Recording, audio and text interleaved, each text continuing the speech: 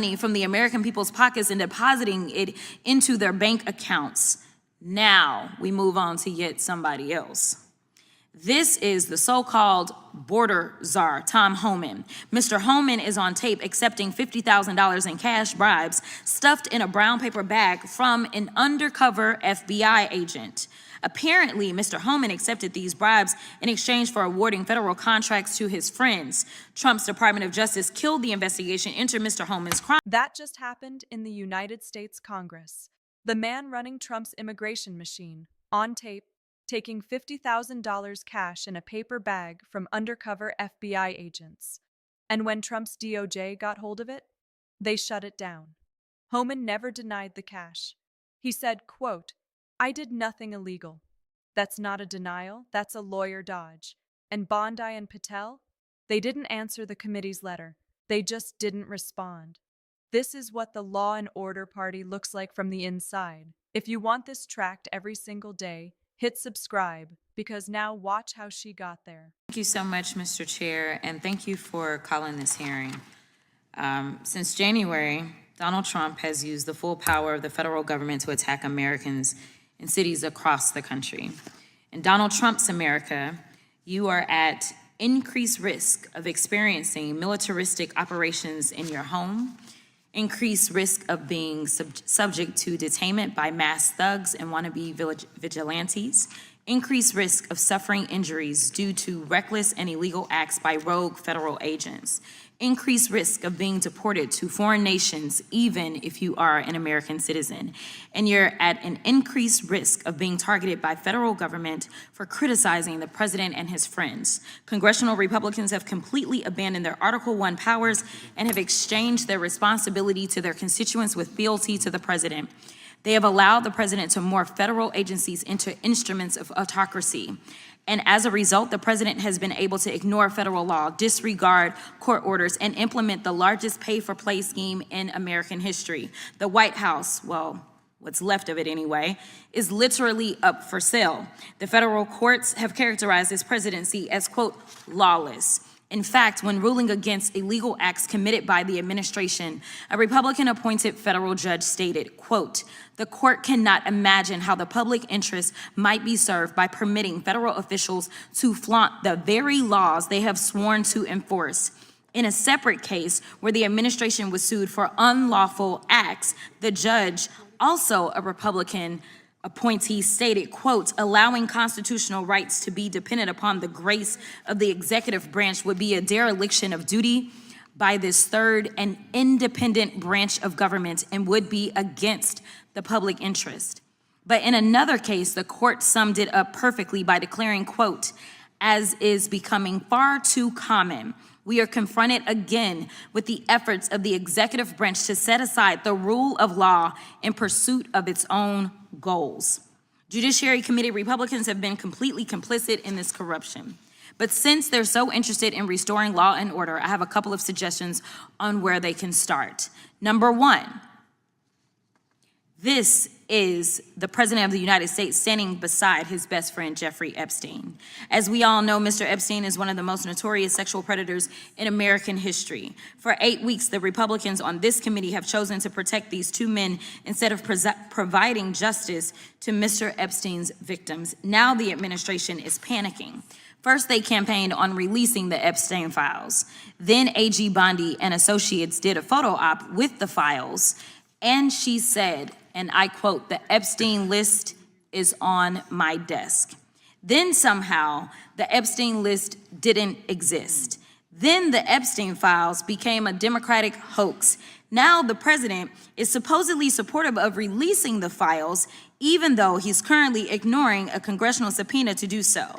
Now the president is simply crashing out. And it's because he can't seem to explain his special decades-long relationship with one of the most prominent sexual predators in American history. It's already public that he's in the Epstein files, but his administration is hiding the context of his involvement, if any, with Mr. Epstein's horrific crimes. Now, this is Miss Ghislaine Maxwell. Miss Maxwell, who obviously helped Jeffrey Epstein traffic more than 1,000 women and girls, Well, Donald Trump is now giving her special treatment while she's serving out her prison sentence. He won't even rule out giving her a pardon or commuting her sentence. I don't need to explain why pardoning sex traffickers wouldn't be restoring law and order. Now, this is Secretary of Homeland Security, Kristi Noem. Not only has Secretary Noem been busy filming propaganda ads, she's also been busy cashing in on millions of taxpayer dollars. In fact, Secretary Noem has funneled millions of dollars to a company called the Strategy Group. The Strategy Group helped Secretary Noem win her campaign to become the governor of South Dakota. Corey Lewandowski, her top policy advisor, has worked with the firm. And the company's CEO is married to Secretary Noem's chief spokesperson, Mrs. Tricia McLaughlin. This is what corruption looks like. They're stealing money. Let's be clear about what Crockett just did. She didn't deliver a speech. She filed a public corruption report in real time from the floor of a congressional hearing. Noem, $220 million in DHS contracts, no competitive bidding, routed to a firm whose CEO is literally married to Noem's chief spokesperson, a firm that doesn't appear anywhere on the public contract documents. Contracting experts called it, quote, corrupt. Now Noem's been fired, but the money's already gone. Homan, on federal tape, taking cash in a paper bag from undercover FBI agents. The investigation gets killed before Trump is even sworn in. Bondi and Patel don't answer letters. The recordings stay locked. Bondi promised the Epstein list was on her desk. Then it didn't exist. Then it was a hoax. Now she's gone too. These are not allegations from opposition research. These are documented by federal investigators, ProPublica, the New York Times, and Reuters. The pattern is the same every time. Steal, cover, attack anyone who notices. Now watch the Republicans. Times, and congressional Republicans didn't say a mumbling word. Lastly, this is insurrectionist and Nazi sympathizer Ed Martin. It appears that Mr. Martin is functioning as the Associate Deputy Attorney General, Pardon Attorney, Director of the Fake Weaponization Working Group, and Special Attorney for Mortgage Fraud. All that means is that Mr. Martin is Trump's lapdog, whom the president sends to initiate lawsuits against the president's perceived political opponents. This is what we call organized crime. They're breaking the law, often by stealing taxpayer dollars, covering up their crimes by ending and obstructing investigations, then prosecuting people who call out their unlawful behavior. And while the Republicans are encouraging this corruption, they're abandoning actual victims of violent crime and ignoring the Republican-led state's 21st century murder crisis. In September's appropriation markup, congressional Republicans proposed reducing the FBI staff by thousands of positions and underfunding the agency by more than $1 billion. They've proposed slashing resources from the ATF. They've proposed cutting grants for juvenile justice programs and hate crimes and eliminating the community violence intervention and prevention grants. They're literally defunding the police. So no matter what they say at today's hearing, congressional Republicans have proven that they are not investing in keeping American communities safe from violent crime. Mr. Chairman, I yield back. If we've learned anything this year is that congressional Republicans are more interested in serving Donald Trump than they are in serving their constituents. Over the past 10 months, they have given away permanent tax cuts to the wealthiest people on earth, demolished half of the White House, pardoned violent insurrectionists, significantly driven up cost of living across the country, and then given themselves a taxpayer-funded 8-week vacation, all so that they could delay as long as possible Congress voting to release the Epstein files. And now they're trying to gaslight you into believing that you should trust them on crime policy. They want you to believe that living in a police state is a good or normal thing. They want you to be okay with having armed soldiers and federal agents monitor you as you shop for groceries or take your children to school. They want you to think that you won't be affected, but we've already seen Americans detained, arrested, injured, and some nearly killed because of this administration's reckless approach to handling crime. And they're doing all of this without acknowledging the fact that Republican-led states are experiencing a murder and crime and violent crime crisis, and they have for the last 2 decades. The Republicans' murder state rates were 33% higher than Democratic state murder rates in both 21 and 2022. In fact, over the past 22 years, the Republican state murder rates were nearly a quarter higher compared to states that are led by Democrats. Even when you remove Democratic cities and counties from the Republican states' data, their murder rate is still nearly a quarter higher than states run by Democrats. Ms. Levine, how long have you studied crime? You're going to have me show my age. Is that nice? It doesn't show on your face, honey. That's all that matters. Let's just say about 3 decades. Okay, very good.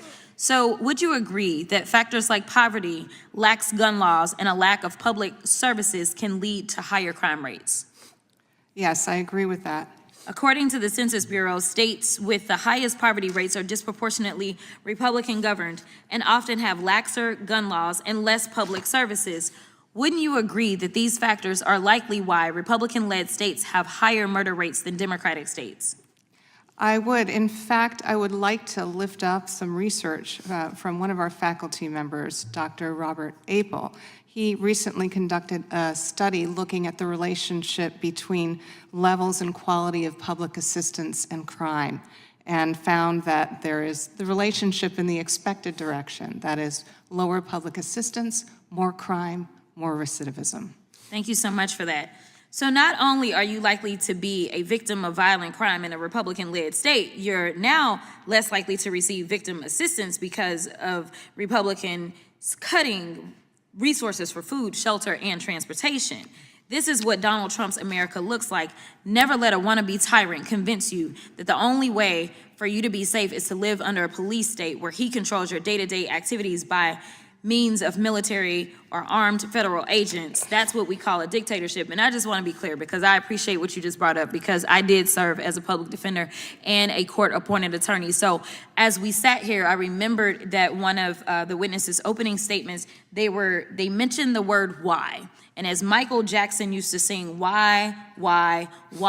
We have not dealt with the why. We have not dealt with why crime happens. And if you understand the why, then maybe you can come to a conclusion. But as someone who has sat there with people that were too poor to be able to afford their own attorneys, I can tell you some whys. But what I am going to do is talk to you about why the idea that incarceration is the only thing that can fix anything, and the fact that we have 2 witnesses that are telling us that we need to go back to the '94 crime bill when we learned that all that did was drive up incarceration. It didn't drive down addiction, because addiction is actually an illness, but that's a whole other issue. And you can't incarcerate your way out of an illness, just like you can't incarcerate somebody that has cancer and believe that somehow they now will be cured. But I digress. What I will tell you is that we also know that the U.S. has the highest incarceration rate of any independent democracy on earth.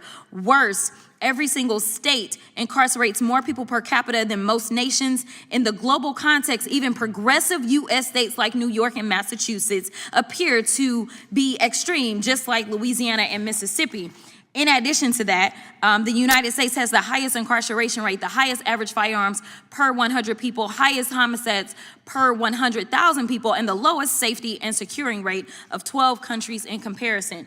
I had a 17-year-old that was charged with stealing food out of the concession stand at his high school. Unfortunately, in the state of Texas, at the age of 17, you are considered an adult. So what did they do? They decided to charge him with burglary of a habitation. He had an attorney that was not me when he went through this. They put him on felony probation. Ultimately, they revoked his probation because he was too poor to show up to his actual probation officer, as his mom was the one who was required to take off work so that she could take him in. I'm gonna wrap up, but this is really important for people to understand. At the end of the day, they ended up giving my kid the maximum punishment for less than $20 worth of candy that he stole out of the concession stand. Ultimately, I told them that it was a mistake to send him to prison. When he went to prison, he learned how to be a criminal. That's where he learned how to cook meth. The next time that I saw him, it was because he had committed a real crime. Ultimately, all that did was harm our communities. And I will be clear, this was a poor young man, but he was. Response. This is the receipts hearing. Not allegations, not spin, tape, documents. Federal investigators, ProPublica, Reuters, the New York Times, Homan, never denied the cash, just said he didn't break the law and let Trump's DOJ bury the recording. Noam, fired. But the $220 million is spent. The contracts went to her friends. The CEO of the firm is still married to the woman who ran her DHS press shop. The money doesn't come back because she left. Bondi. gone. But she ran the DOJ that killed the Homan investigation and staged a photo op with Epstein files that apparently never existed. And the Republicans on that committee, they sat there. They let it happen. Some of them are now trying to cut the FBI budget by $1 billion. Here is what the record shows. They didn't just tolerate this corruption. They funded it, protected it, and punished anyone who called it out. Crockett named names, on camera, under the lights, with sources. The people she named are already gone, fired, exposed, or under investigation. That's not a coincidence. That's a pattern. If you want this tracked going forward, subscribe, because this isn't over. The recordings still exist. The money trail is still open, and the next hearing is coming.